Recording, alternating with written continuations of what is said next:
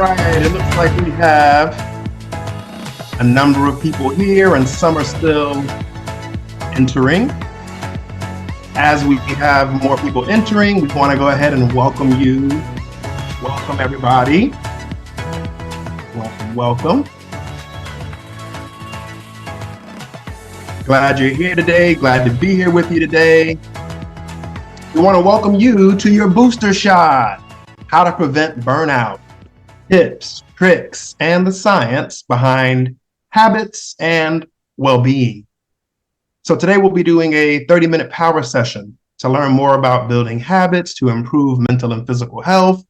We'll be talking about how changing a small thing can have a big impact, and we'll be giving access to specific tools that can help. Now, today's event is brought to you by Thriving Schools. Thriving Schools is a Kaiser Permanente initiative that works to strengthen the health and well-being of school communities across the country. The goal, the mission, is to see every school succeed, every employee excel, and every child thrive. My name is Beloy Green. I'm a master's level social worker with Kaiser Permanente's Rise Up educational theater program, which is a part of the Thriving Schools initiative. Rise Up stands for resilience in school environments, understanding, and practice. I work with educators like yourselves every day on stress awareness, self-regulation, co-regulation, and the trauma-informed approach. So with me today is Dr. Deb Friesen. Dr. Deb is a Kaiser Permanente internal medicine physician who currently works as a physician advisor for our employers, including schools and districts like where you work. Dr. Deb's also a strong advocate for thriving schools and educators everywhere. And also, Dr. Deb has a podcast. She's the host of a popular Kaiser Permanente podcast called Health Views with Dr. Deb Friesen, MD, which I highly recommend if you've never heard of it or listened to it. Health Views with Dr. Deb Friesen. Check it out. Okay. So in our webinar today, we have everybody muted just for try to keep a high quality experience here. But we do encourage each of you to engage with us in the chat. We'll be taking live questions from the chat, so feel free to add them whenever they come up, and we'll make sure we try to get to them. So we do only have about at this point, about 26 minutes today, so we're going to go ahead and jump in. Let me see. Okay, I see. Looks like we have just about everybody that's coming today. Okay, so it's no secret that being an educator is a tough job. One that, according to a recent survey, more than 75% of educators said they keep doing the job because of their ability to improve students' lives. So that's you, and we want to just take this moment to thank you. Thank you for everything you do. Thank you for the caring. Thank you for showing up day in, day out to fight for our future generations. Every day that you do your job, whatever that job is specifically, maybe you drive a school bus. Maybe you ensure the students have a healthy breakfast to start the day off right. Maybe you teach them to read or do math or learn to love science and testing hypotheses. Maybe you make sure they're getting the right asthma medication when they come into your school nurse's office. Whatever it is, if you weren't able to show up, if you didn't show up physically and mentally, our students would not stand a chance, and we recognize that. We also know that almost half of teachers say that their teaching has suffered at times because of their own mental health. And we know that's true for colleagues in the school environment as well. Sometimes we face burnout. So I know it's what is it, October? It's still kind of early in the year. I don't know how many of you are there yet, but you might be already experiencing some burnout. And we just want you to know, burnout is not a personal problem. It's a systemic problem. And we also know that the systemic change is not necessarily in your control right now or, today or most of the time. So today, this 30-minute webinar is about you. It's about what you can do to support your well-being and to support your colleagues and their well-being. So while Thriving Schools is working to strengthen the health and well-being of school communities, today, we just want to take the time to talk to you. So taking care of your own well-being is your immunization against burnout. And healthy habits are a great way to support well-being. So once you know the science behind habits, you will unlock the code to building or changing habits without it feeling like yet another thing to do. So, our goal is not to give you another item to put on your to-do list, plan tomorrow's lesson, grade papers, cook dinner for my family, build a new habit. That's not our goal. We don't want to add on. This is about freeing up some of that mental load and then, maybe try to help you feel a little bit lighter. So let's go ahead and talk to Dr. Deb about how to do just that. I am so Welcome. glad to be with you, Beloy. Thank you for having me. Pleasure to have you. Thank you so much for being here with us today. So first things first, Dr. Deb, can you let us know what is a habit? Like, what does it mean, habit? What is So typically a habit is something that we do unconsciously, but we do it repetitively. We do it regularly. We don't even have to think about it. And probably the habit that we all have that we unconsciously developed is checking our phones, right? We didn't have to think about it. We didn't have to plan on it. Oh, at 1 o'clock, I'm going to check my phone. It's so enticing that it became a habit, and it's unconscious when we find ourselves grabbing for it in that way. And it really is important that we stop and think about habits because they actually make up a big part of our lives. We are creatures of habit. You've heard that phrase before. When we actually study people and we look at what they do, 45% of our reported activities in any given day are habitual.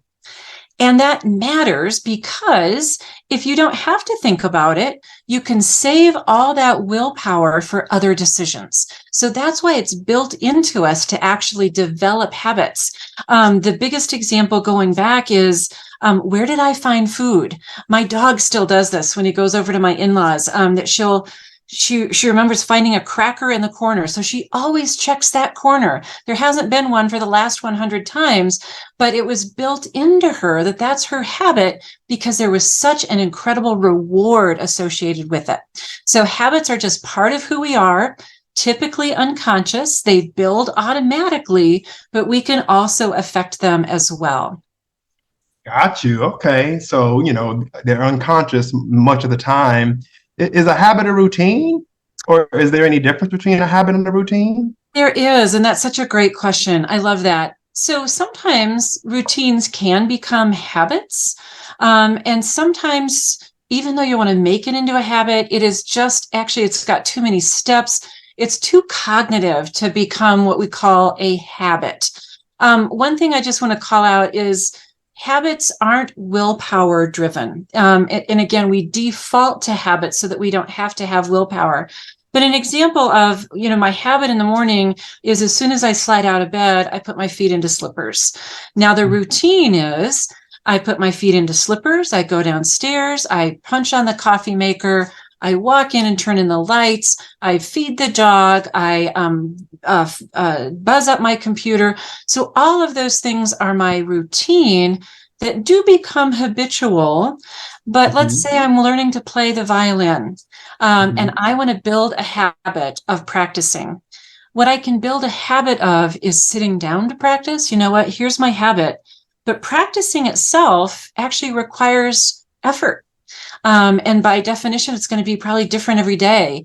I can habitually play the same song, but that's not actually practicing something new. So it is different from a routine. And sometimes routines are fine. You don't need to make them into a habit either. Got you. Okay.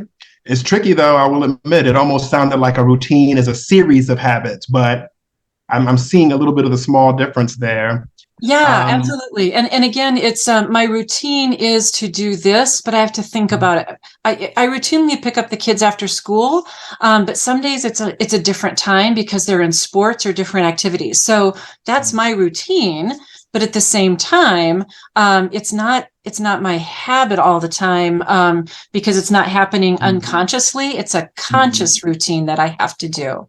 Love it. Love it. Thank you for that clarity. So it's all about the difference of the unconscious versus the conscious. That's right. Yeah, That's right. understood. So how do habits help our well-being? How does that happen? Or Well, I think they can work in both directions, quite honestly. And so there's some habits that definitely help our well-being. So a routine I have along with my morning is to take a walk. And so and again, maybe it is a habit in the morning because it is sequential and everything builds on. And that's actually a trick that you can do to help build a habit, is to make it attached to other things. So when it's a healthy habit and you don't have to think about it, it really helps build your well-being, because you can, again, save your willpower, save your cognitive space for other things. And I think that we're all maybe a little bit more familiar with those bad habits where it's like, oh, I've got a bad habit of X, Y, or Z. James Clear wrote a book and he talked about a bad habit that he developed, which is taking an afternoon break and going and getting a cookie. But when he really broke it down, the habit wasn't about a cookie. The habit was about connecting with people, because he'd have to leave his desk, walk around, go down to the cafeteria, say hi to people on the way, stop and chat with somebody. And once he really figured out what was going on, then it did become a habit for well-being. And he chose a different snack, but he kept the part that was really about connecting with people as he took a break. Got you. Cool. Okay. Feel like we're starting to get a good picture, start to develop this picture of what habits are and how they work. Okay, so now please give us the secret. How do you create a habit? So it's not a big secret. And we create habits all the time. Like I said, sometimes, again, we create them as well as live them unconsciously. Like I said, I didn't create a habit for myself to look at my phone, but it happened. But let me talk about habits themselves and what they're composed of, and that will help lead us into what I call the recipe. So there's 3 or 4 parts to a habit. There's that first, which is just the craving, which is there's that thing that you want or the thing you want to do. So you know what? I walk by a bakery and all of a sudden I've got a craving. There's a trigger that's actually happened around me, or a cue, as they call it. So maybe I wasn't even thinking of a piece of cake, but now that on my walk, I've walked by that bakery, I've been triggered. And a trigger is the first sign that you are close to a reward. So now let's say I walked by that bakery and it was closed. I know I'm not going to get it. I'm probably not going to go from, oh, darn it, I will go to the ends of the earth to get a piece of cake. I might have gone into the bakery. There's a trigger and I can do something about it. But if there's nothing that you can do, if there's no reward, it'll actually fade away a lot of times. So you get that trigger, you get that craving that happens. Now I really want some cake.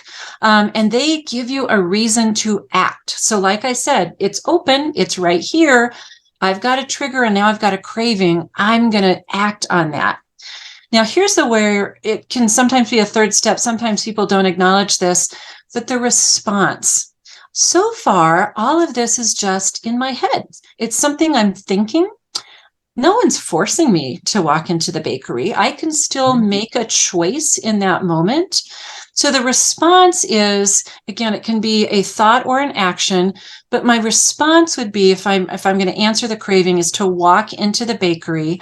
And then, of course, I buy it. I go sit in the park. I've got my fork and, I've got the reward of that delicious cake now. We get into habits for the reward. A lot of people say, oh, it's the trigger that's the problem. The trigger isn't the problem, because if there was no reward, like I said, if it was closed, it wouldn't be a trigger. We always get into habits because there's a reward at the end that we want to do. Mm-hmm. So now we kind of know the neurobiology of what happens in a habit. So let's try to create that together. It's called an implementation intention recipe, a mouthful, but I'm going to shorten it for you, which is basically when I fill in the blank, then I fill in the blank. There's a guy who wrote a great book called Tiny Habits, B.J. Fogg, and he talks about how we can really link together some of our activities to build a new habit. So again, it becomes, this is just something that I do. I'm going to give you an example. I've been working on getting stronger. And one of the ways that I'm trying to do that is to actually just fit it into my life in a small way. So when I go to the kitchen to get more hot water for my tea, when I go to the kitchen to get hot water for my tea, then I do countertop push-ups. Usually I do about 5. Sometimes if I do 10, if I'm feeling ambitious, but it's pretty automatic now. When I go in, I'm just going to do my push-ups on the counter and I feel good about it. In fact, I give myself a little celebration. And I that's love it. actually one of the things that's really, really important when you build a habit. So find that anchor, the when I. So when I already do something, find your anchor. Make the behavior that you want to do really, really tiny. I can't do floor push-ups, Dad. I'm working on it, but I can do countertop push-ups. And sometimes you have to even start with 1. So make that behavior really, really tiny, and you have to link it to emotion. I know that we like to think and plan, and we think that's how we actually move ourselves and meet our goals. But it's actually through the heart that we move ourselves. So you have to celebrate. And it could just be a good for me. When my husband sees me work out with a medicine ball and I do a little workout and I do say, good for me. And he'll be reading the paper or whatever, I guess his tablet now, and say, good for you, honey. And so we're all celebrating and really cementing that feeling in there. Beloy, I bet you've got some habits that you can think about that you've when I, then I, or maybe there's a habit that you'd like to develop around that.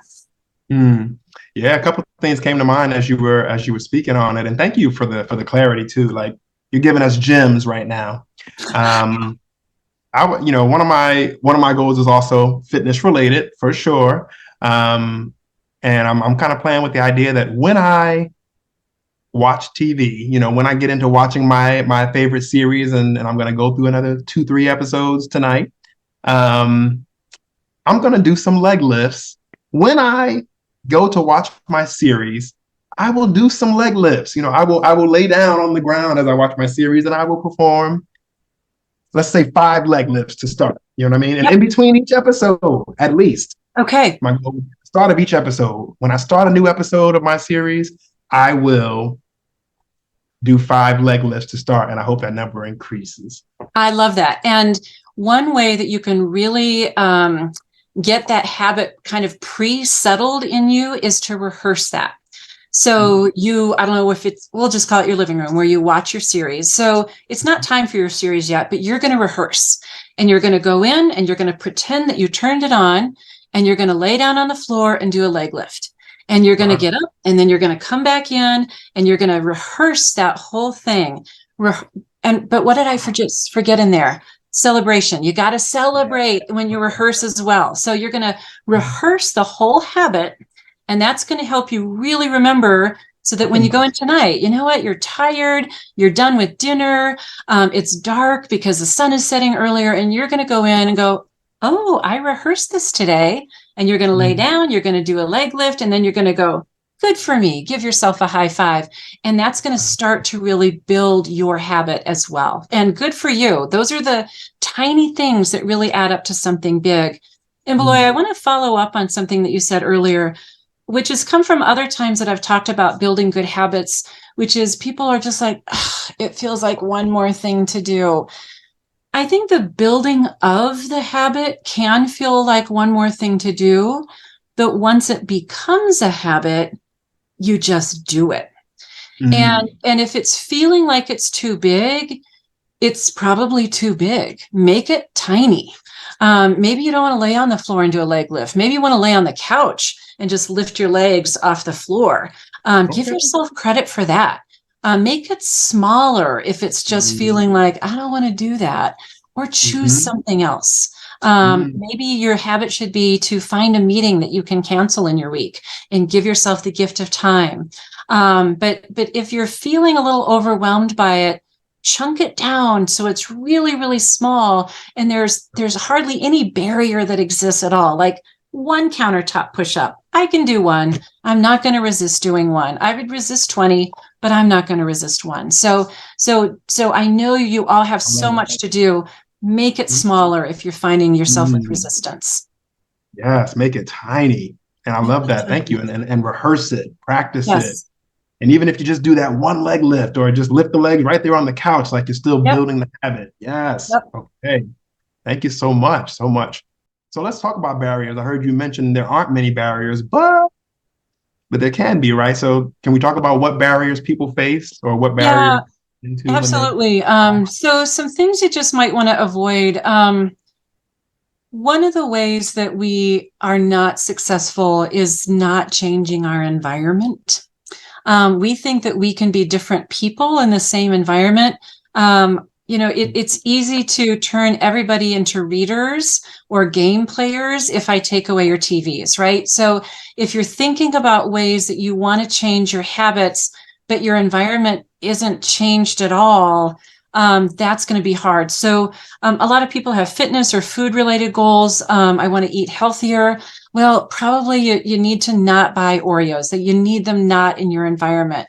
Or maybe it's on the other side, which is, I really want to be more fit, but your environment doesn't support it. Maybe you need to buy resistance bands. Maybe you want to become a reader, but you have a hard time turning off the TV. Get a timer and set the TV to the timer so that you don't have power to the TV later. So working with your environment to support your goals is going to be really, really important. And probably the place that I would say, besides making it smaller, look at your environment first for ways if you're not feeling successful. Another way that people do it, again, they do too many habits at a time. Some people just, I want to go big, right? Or home, and I just want to change everything. But again, the reason we have habits is to reduce the need for willpower. And if you're changing everything at the same time, a lot of willpower is needed. Sometimes you need to look at your commitment. What is your why? Why do you want this? Is it really the right goal for you? Is it realistic? And connecting with that. And as James Clear did, realizing that you don't actually want a cookie, you want connection. And so by blocking out the cookie, maybe you've blocked out something else as well. And that's why you keep going back to it. So look at your why. And then the other thing that I tell my patients all the time is they're trying to build healthier habits in their own lives. There's things you can control and things you can't. I have a lot of patients who want to lose weight. And I will say to them, you know what? You can't control the number on the scale. You can't control the outcome necessarily. But what you can do is get more steps in a day. What you can do is eat another vegetable today. So don't focus on the 20 pounds you want to lose in the next year. Focus on the 5,000 steps that you haven't walked yet.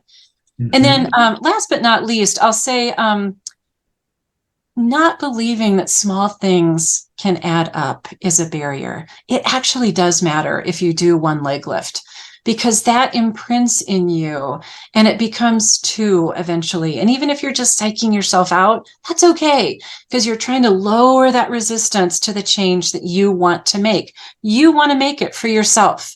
And so it does matter that you make those small changes. So not believing that those changes can add up can be a barrier as well. Love it. Yeah, small changes, celebrating every small change. Love it. Planning, rehearsing it. Thank you so much. So I know we're coming down to our last 5 minutes with everyone here. Do you have time to maybe dispel a few myths around habit building, habit changing? Yeah. So one of the myths I like to dispel is that building a habit takes 21 days. It actually doesn't take any days. There is no magic formula for the number of times that you need to do things in order to build a habit. And again, I'm going to go back to the phone because again, no one had to tell me to build a habit to look at my phone. All it took really was getting my phone. And all of a sudden I had a habit of checking my phone. Drinking smoothies. So again, trying to build more vegetables into my life. I never thought I was a smoothie person. And then I bought my frozen spinach and my frozen mango and my almond milk, and I made one. And I was like, these are so good. I didn't have to check a box for 21 days. I just liked it. Again, that reward was built in, right? It wasn't I was just doing something healthier. I actually liked it. So it doesn't take a number of days. Sometimes you can just do it once. If you're trying to build a habit and you miss a day, it doesn't matter. Just go back to it. You haven't lost everything. So don't let that derail your whole plan. We get so, don't break the chain. Break the chain. It's fine. Just go back to it. It's not a big deal. So that's a myth that you can't do that. And then again, I think that we can sometimes make it too big. We talk about big, hairy goals or big, audacious goals, and those are good if that's what motivates you. But sometimes I think in this world we live in, we are constantly and chronically overwhelmed, fighting fatigue on so many different levels. I think I can do a countertop push-up, but I don't know that I can take the 100-day challenge. So I'm going to do what I can and feel really good about that. You don't have to go big or go home when it comes to changing your habits. I love it. Thank you so much, Dr. Deb. Let me ask you one more question in this last Absolutely. 3 minutes we have.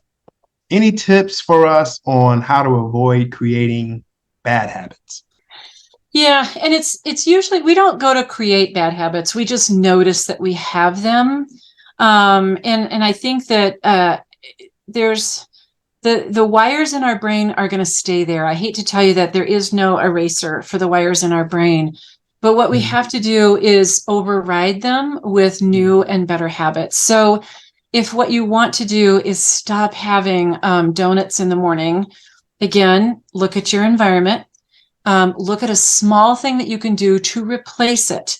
What would you eat in the morning? Oh, I'd love to have bacon and eggs. Well, no one's going to make that if you can grab a donut.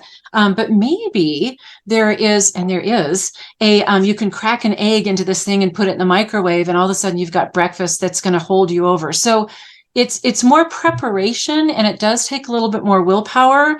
It takes that active thinking about it in the formation stage, but pretty soon you're going to notice that you're not craving a donut if it's not there, and you are craving that healthier breakfast, and it becomes automatic that that's what you reach for. Love it. Thank you so much. Thank you, Dr. Deb. We really appreciate this knowledge you have dropped on us today. And that is all we have time for today, with our about 1 minute left before our viewers are leaving us. And I was watching the chat. I didn't see any other questions from our viewers, so I hope that this information has been helpful for you and you got everything you needed today in our quick power session. Once again, thank you, Dr. Deb Friesen. Educators, we thank you all for being here with us. We thank you for everything you do for your students, for our students, and for what you do for each other every day. We really appreciate all of you. And then before you go, we have a slide up here. If you scan the QR code, the QR code there, it'll give you access to a survey that we'd love to have you fill out, just to let us know what things worked for you in this session, what things you think we could improve on, so we can just continue to make things better for you. So please scan that QR code. There's also a link in the chat. It'll take you to the survey, but it'll also take you to the Thriving Schools homepage. And there's a couple of resources there that we'd like for you to take a look at. We have them in English and in Spanish. One of the resources is Filling Your Cup.